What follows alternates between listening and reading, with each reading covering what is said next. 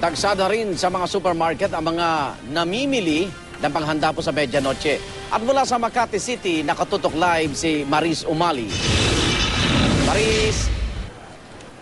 Igan, puno na nga naman ng mga supermarket ngayong ilang araw lang matapos ang Pasko. Ngayon naman, ang pinagkakaabalahan ng ating mga kababayan ang pamimili sa pagsalubong sa bagong taon. At kapansin-pansin na karamihan sa kanilang mga pinamimiling mga pagkain na ihahanda sa Medianoche ay sumisimbolo sa kanilang pag-asa na maging masagana sa darating na taong 2013. Kumbaga nga sa sinehan, box office hit ang prutasan dito sa isang supermarket sa Makati City. Marami na kasi ang namimili ng mga bilugang prutas sa paniniwalang maghahatid ng swerte kapag inihanda sa Medianoche.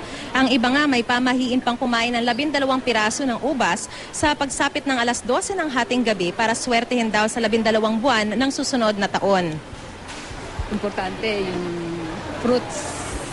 Baga, para fruitful ang pagsasama. Pero di lang prutas, kundi pagkaing malagkit din gaya ng biko at pichi-pichi ang ihahanda raw ni Judge Dina Teves sa Medianoche.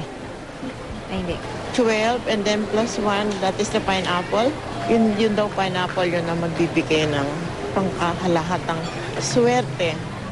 And then this malagkit like pichi-pichi, biko, and the likes. Para ang family ties talagang very close. That's it. Siyempre, hindi pa rin mawawala ang hamon at spaghetti sa hapag ng ilang pamilyang Pinoy sa Medianoche. Hindi naman pwede mag-Pasko, mag-New Year nang walang ham eh. Di ba nakagawian na ng mga Pilipino yun na parang hindi buo ang Pasko at bagong taon pag walang ham. Spaghetti. Spaghetti? O ano pa? Yung sabi mo kanina. Fruits. Kasi masarap siya. Mabenta rin ang mga queso de bola, sangkap sa fruit salad at mga karne para sa iba't ibang putahe. Good news naman, Igan, dahil nanatili sa dating presyo ang mga bilihin dito matapos ang Pasko. Pero kung karne ang patok sa marami, para sa mag-asawang Asunsyon na kapwa senior citizen, babawasan na raw ang ihahaing karne sa Medianoche. Medyo lessen ng fat.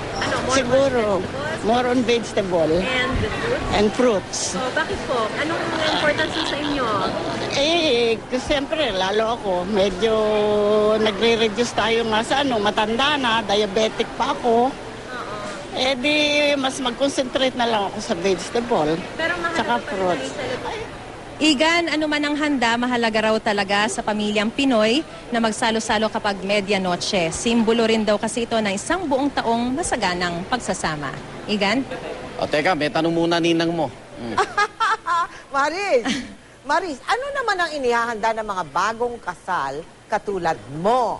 Yan ang pinag-uusapan namin ng ninong mo. Ano yon? Mga bagong kasal, ano? Siyempre, Mel, hindi mawawala dyan yung spaghetti for long life at meron higit din sa yun. lahat yung mga malalagkit dahil Ay, yan ang ganun din ba? sumisimbolo ng close ties, talagang Oo. hindi maghihiwalay forever, Mel. Wow, sweet naman ang inihahanda mo. May meaning pa, ha? Oh, maraming salamat sa iyo, Maris Umali.